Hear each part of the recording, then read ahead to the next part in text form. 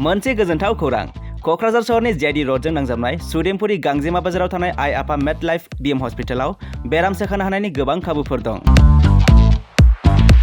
जेरै नोंथाङा आइ आफा मेडलाइफ बिएम हस्पिटालाव गासै समावनो इमारजेन्सि डक्टर्सफोरखौ एभेलेबल मोननो हागोन।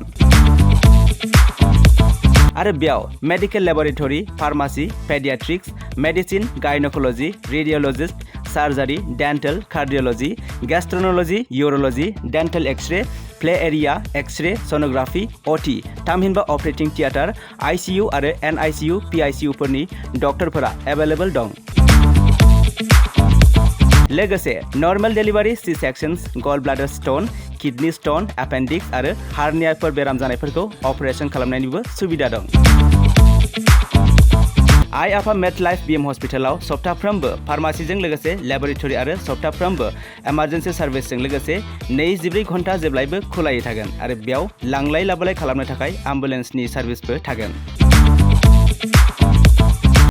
बेनिखायनो ओनसोलनि सुबुंफोरा बेराम आजारफोरजों भुगिनानै दंब्ला क'क्राझार सहरनि आइ आफा मेडलाइफ बिएम हस्पिटालाव फाहामथाय लाफैनो हागोन।